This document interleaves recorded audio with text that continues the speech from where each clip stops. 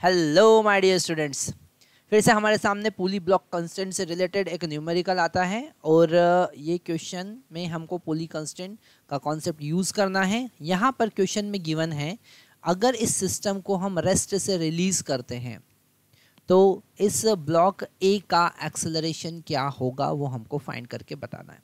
इस ब्लॉक ए का एक्सेलरेशन क्या होगा। डेफिनेटली ये जो स्मॉल एम ब्लॉक है ये ग्रेविटी के कारण वर्टिकली डाउनवर्ड मूव करेगा। ओके, जब ये ग्रेविटी के कारण वर्टिकली अगर डाउनवर्ड मूव कर रहा है नीचे, एम जी फोर्स लग रहा है। ओके, थोड़ा सा इसको हम डार्क कर लेते हैं। यहाँ पर vertically downward M G force लग रहा है, नीचे वर्टिकली डाउनवर्ड mg फोर्स लग रहा है और mg फोर्स के कारण यहाँ पर स्ट्रिंग में टेंशन डेवलप होगा और टेंशन के कारण ये जो ए ब्लॉक है ये हॉरिजॉन्टल डायरेक्शन में मूव करेगा। तो मान लेते हैं इस ए का एक्सेलरेशन ए है।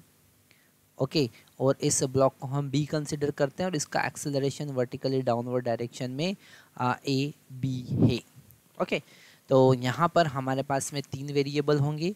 अगर हम यहाँ पर नंबर ऑफ़ वेरिएबल्स लिखें तो नंबर ऑफ वेरिएबल्स अगर हम लिखें, क्योंकि ये बातें हमको पता होना चाहिए तो ही हम इस न्यूमेरिकल को के लिए इक्वेशन फाइंड करने की कोशिश करेंगे। तो यहाँ पर एक वेरिएबल है A acceleration of this block A B acceleration of this small block M and the tension T. Okay, पर हम यहाँ पर हमारे पास 2 ही ब्लॉक है तो उस पर हम अगर एफ बी डी बनाकर इक्वेशन लिखते हैं, जैसे अगर हम यहाँ पर लिखे F B D of small M का एफ बी डी बना लो भैया। तो स्मॉल एम का F B D small M और उस पर एक फोर्स लग रहा है vertically downward, that is M G, और ऊपर की तरफ लग रहा है टेंशन टी। ओके, ऊपर की तरफ यहाँ पर टेंशन टी लग रहा है।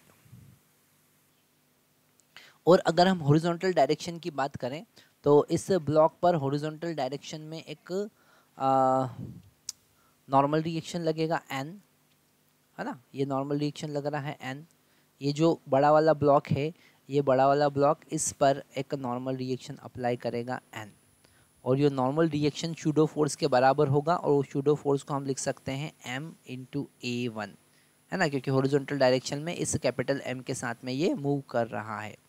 तो यहाँ पर हम इसे डार्क कर देते हैं थोड़ा, हम लिखेंगे एम ए वन। ओके, तो यहाँ हम लिख सकते हैं एन इज़ इक्वल टू, इसको 1 या फिर ए भी लिख सकते हैं। तो हम इसे लिख सकते हैं N is equal to M A.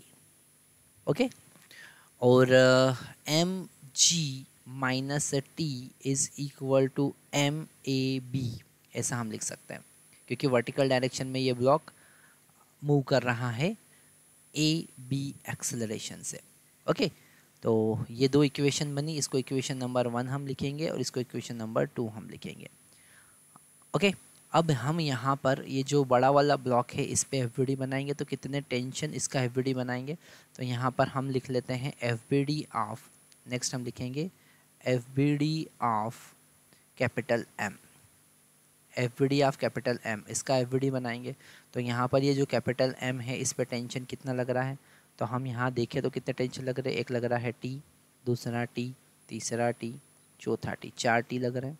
Okay, और है ना, हॉरिजॉन्टल डायरेक्शन में 4 टी यहाँ पर लग रहे हैं और एक नॉर्मल रिएक्शन भी, ये जो स्मॉल एम है इसके ऊपर अपोजिट डायरेक्शन में एक नॉर्मल रिएक्शन लगाएगा। तो अगर अब हम इसका एफ बी डी देखें तो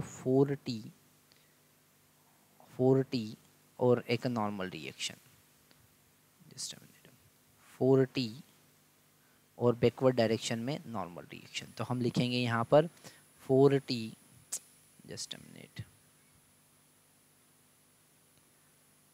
4T minus N equal to capital M into A, ये हमारी इक्वेशन नंबर 3 आई। ठीक है, यहाँ पर हम n का वैल्यू अगर पुट कर दे, ओके, तो फिर हमको एक और इक्वेशन की रिक्वायरमेंट होगी। तो हम यहाँ पर अब कंस्ट्रेंट रिलेशन लिखेंगे। ओके, हम लिखेंगे कंस्ट्रेंट रिलेशन। हमको ए बी और ए में रिलेशन फाइंड करना है। तो कांस्टेंट रिलेशन के लिए हम यूज़ करेंगे लेंथ ऑफ स्ट्रिंग का। ओके, किसका यूज़ करेंगे? लेंथ ऑफ स्ट्रिंग का।